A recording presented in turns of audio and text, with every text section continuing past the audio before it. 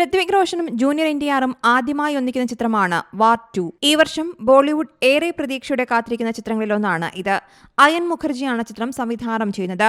YRF spy യൂണിവേഴ്സിന്റെ ഭാഗമായിരിക്കും ചിത്രം. എന്നാൽ ചിത്രത്തിന്റെ പുരോഗതിയിൽ ജൂനിയർ എൻടിആറിന് അതൃപ്തിയുണ്ടെന്നാണ് ഇപ്പോൾ പുറത്തുവരുന്ന റിപ്പോർട്ടുകൾ വ്യക്തമാക്കുന്നത്. ഈ ബോളിവുഡ് ചിത്രത്തിൽ തന്റെ ഭാഗം തീർത്ത് പ്രശാന്ത് നീലിനൊപ്പം തന്റെ പുതിയ ചിത്രം 2025 ആദ്യത്തോടെ ആരംഭിക്കാമെന്നായിരുന്നു ജൂനിയർ എൻടിആർ കണക്കുകൂട്ടിയിരുന്നത്. എന്നാൽ വാർ 2 ചിത്രീകരണം നീളുകയാണ് എന്നാണ് റിപ്പോർട്ടുകൾ. ഈ കാലതാമസം കാരണം എൻടിആർ നീൽ ചിത്രത്തിന്റെ ഷൂട്ടിംഗ് ഷെഡ്യൂൾ ബാധിക്കപ്പെട്ടതായി റിപ്പോർട്ടുകൾ വ്യക്തമാക്കുന്നു. ഇതോടെ ചിത്രം ആരംഭിക്കുന്നതും നീളുകയാണ്. ഇത് ജൂനിയർ എൻടിആറിനെ നിരാശനാക്കിയിട്ടുണ്ടെന്നാണ് റിപ്പോർട്ടുകൾ വ്യക്തമാക്കുന്നത്.